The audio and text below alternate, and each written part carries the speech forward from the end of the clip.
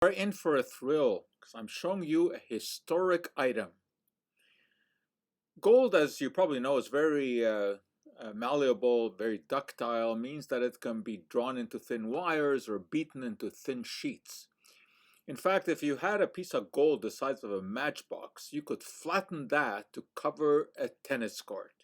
Now, obviously, that sheet of gold would be very, very thin. And I have a little piece like that here. It is so thin that it is even difficult to pick up, as you can see, almost impossible. But the reason that I'm telling you this is because of the role that this thin gold foil has played in the development of the modern theory of the atom. And that, of course, is attributed to Lord Rutherford, who carried out a famous experiment to show that an atom basically had its mass concentrated in a nucleus, and that nucleus was surrounded by orbiting electrons, essentially empty space.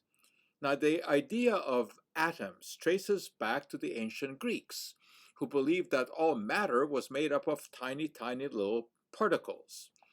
And this idea was reanimated in the 1800s by John Dalton, who said that different elements are made up of tiny little balls of different sizes. And he called these atoms, again, just as the Greeks had done, from the Greek word for indivisible. And then Ernest Rutherford came along with his classic gold foil experiment, where he took a piece of gold foil, just like this, and you can see how thin this is. If I just move it around, you can kind of get an idea of how thin that is. And he exposed this to alpha particles. Alpha particles are tiny little nuclei of helium atoms that are released when radon atoms radioactively decay. And he impinged these alpha particles onto the sheet of gold foil. Incredibly, most of the particles went right through, but some bounced right back. This was unbelievable. Rutherford compared this to firing a bullet at a tissue paper and having it rebound. So he said the only way that the alpha particles could rebound from that gold foil is if that gold foil was essentially empty space where all the alpha particles pass through, except for the few that happened to hit the nucleus, which is where the mass was concentrated, and then they would bounce back. And indeed, it turns out that that is exactly correct. The work that he did was actually done at the University of Manchester, the gold foil experiment.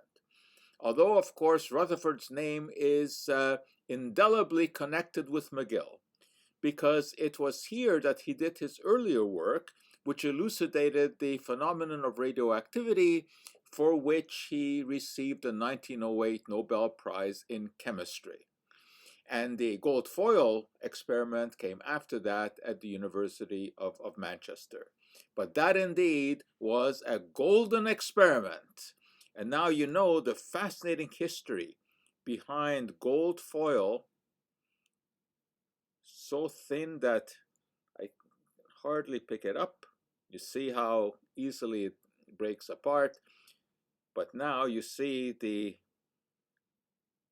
fascinating history of that gold foil and the discovery of the structure of the atom.